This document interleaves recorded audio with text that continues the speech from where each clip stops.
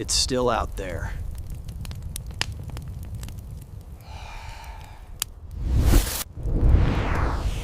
I've gone camping since I was a kid. It's my escape. The quiet, the cold air, the crackle of a fire in the middle of nowhere. I always thought I knew what to expect out there. That changed 2 summers ago. My 2 best friends, Jack and Luis, had this tradition. Once every few months we'd head into the woods for a weekend. No phones, no noise, just us and the trees. That year we decided to go deeper than ever before. We picked a spot on the far edge of Mount Shasta National Forest, a place Jack swore nobody else ever camped. He was the outdoorsy one. Luis and I just followed his lead, but I'll admit, that day felt strange even before we got there. The forest was too quiet. No birds, no insects, just the occasional gust of wind through the pine needles. We parked off a service road and started the hike in. 2 miles through tall grass and twisted roots, the sunlight cutting through the trees like thin gold threads. By late afternoon, we found a clearing near a narrow creek, perfect for a tent setup. We worked fast, pitching the tents before the sun dipped behind the ridge. The air got colder quick, and the shadows of the trees stretched long and sharp across the ground. When we finally got a fire going, everything felt normal again.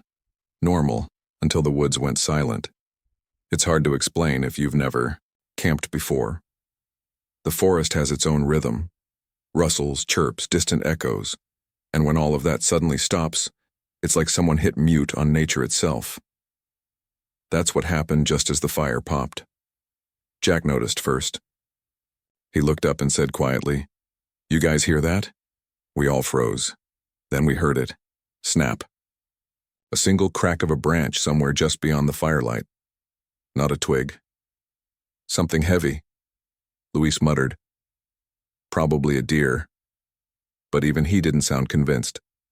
We aimed our flashlights toward the tree line, beams trembling slightly in our hands. The light cut through a few trunks, but beyond that, nothing. Just black. We laughed it off after a while, tried to keep the mood light, opened a few beers. But even then, every now and then, one of us would glance into the dark just to make sure nothing was there. It was around midnight when we decided to crash. The fire burned low, soft embers pulsing like a heartbeat. Jack and Luis shared one. Tent mine sat about 10 feet away. I fell asleep to the sound of the creek trickling nearby. It was peaceful for maybe 2 hours. Then something woke me. A sound I couldn't place at first. A whistle. High-pitched, distant, almost like someone calling a dog, except it carried too long and too steady. I sat up, rubbing my eyes, trying to listen. A few seconds later, it came again, this time from a different direction. An answering whistle. I thought maybe Jack or Luis were awake, playing a joke, but it didn't sound human. Too precise. Too controlled. I unzipped the tent just enough to peek outside. The fire was just a dim glow now, smoke rising faintly. The forest beyond looked like an endless wall of black. And then, a shape moved. At first I thought my eyes were playing tricks on me. It looked like someone standing between 2 trees, tall, narrow, motionless. No flashlight, no reflection of eyes, just a dark outline against darker woods. My throat went dry. I whispered, "Jack?"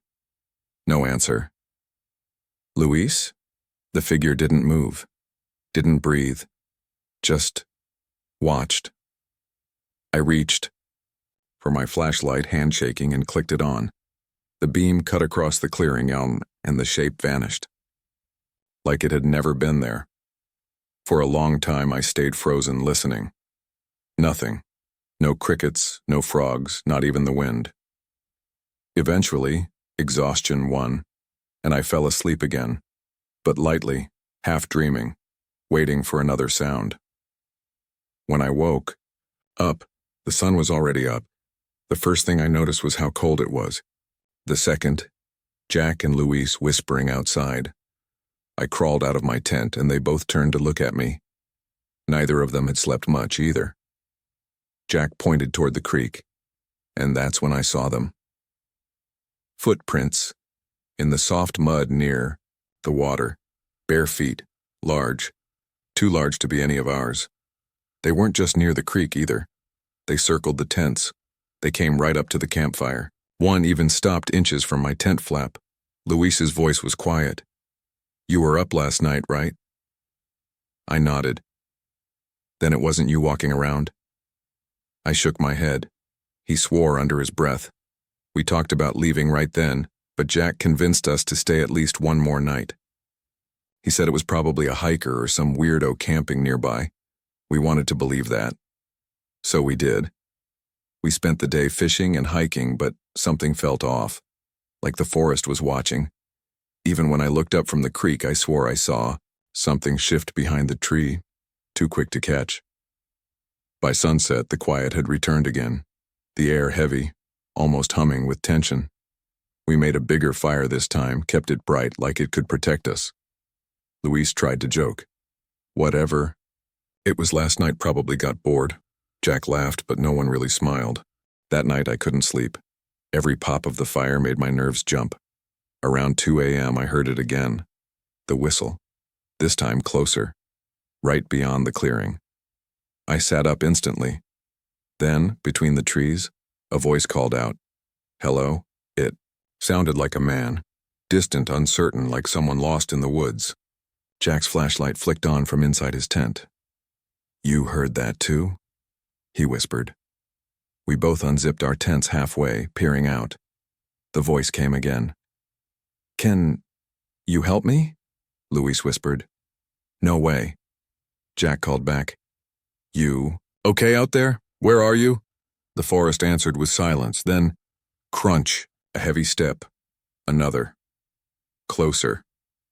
Jack aimed his light toward the sound. Nothing. Then a flicker of movement. Something ducked behind a tree. Too fast to see. Jack stood up, flashlight shaking. "If this is a joke, it's not funny."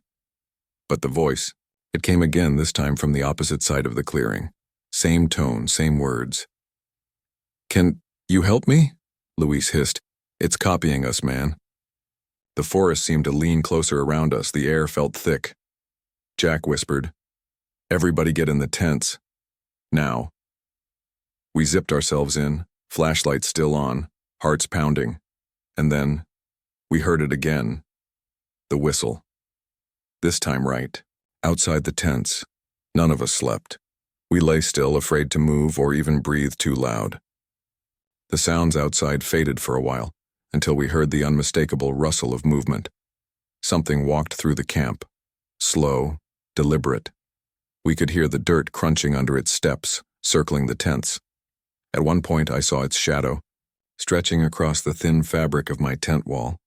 It wasn't human. The proportions were wrong. Too long, too thin, its head slightly tilted like it was listening. It stopped right beside me. For what felt like forever, I could hear its breathing. Shallow. Slow. Then a faint scraping sound, like nails dragging, against the tent fabric. I wanted to scream but couldn't. My voice wouldn't come out. Then, silence. The breathing stopped. I waited for a sound, any sound, but there was nothing. And then, the zipper of Jack's tent began to move. Just a little, then a little more. Jack yelled, "Hey!" And the thing bolted, crashing through the trees so fast it didn't sound real. The forest erupted with sound again, birds, crickets, everything, as if the woods had been holding its breath with us. We stayed up till sunrise, shaking, flashlights clutched tight, watching the shadows shift as daylight returned. As soon as the sun came up, we packed. Didn't talk much. Didn't eat. We just wanted to get out. When we reached the car, I turned for one last look at the clearing. That's when I noticed something carved into a tree trunk just beyond where we camped. 2 circles, overlapping, side by side, almost like eyes.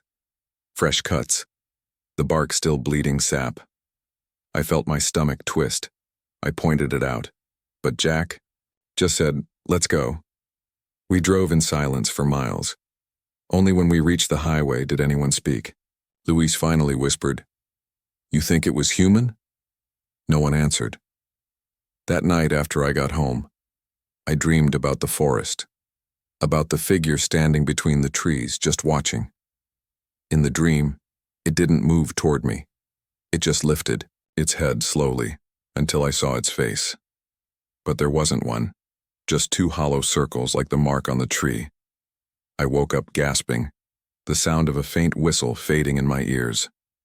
I haven't gone camping since, because now whenever I think about the woods, I can still feel it out there, still watching, still waiting.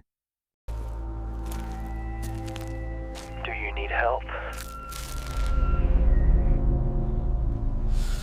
I used to work for the Forest Maintenance Division in Northern Oregon. Most people imagine that means I spent my days hiking, fixing trail signs, or trimming fallen branches. And sure, that was part of it. But what they don't tell you is that every once in a while someone has to do the night shift, checking trails, fire pits, and shelters after hours, especially during dry season. I didn't mind at first. I'd always liked the woods. I'd grown up camping and hunting, and the silence of a forest at night never scared me. It calmed me. That was before I started hearing the voices. My route was Trail 9B, a 7-mile loop through mostly old-growth pine and cedar. It had one wooden shelter halfway in, built for hikers to rest or wait out sudden storms. The trail wasn't used much, especially on weekdays. That particular night, a late August shift, I started at around 8:30 p.m. Sunset was fading orange behind the ridgeline, and the sky was that dark, heavy blue that only lasts a few minutes before black takes over. I had my headlamp, a handheld flashlight, and my radio clipped to my shoulder. Half a mile in, the forest swallowed the last of the light. I did my usual check, cleared debris, made sure signs were upright. Everything was normal except the woods felt off that night. There was no wind, no insect noise, just this strange hanging stillness. I told myself it was the humidity. Oregon woods get that heavy, wet silence sometimes before rain. But as I rounded a bend past the creek crossing, I could swear I heard something faint. A voice. Just a few words, too soft to make out, almost like someone whispering from the next trail over. I stopped, turned off my flashlight, and listened. Nothing. Only the quiet hum of the forest. I shook it off and kept walking. But the longer I walked, the louder it got. About 30 minutes later, I reached the marker for mile 3.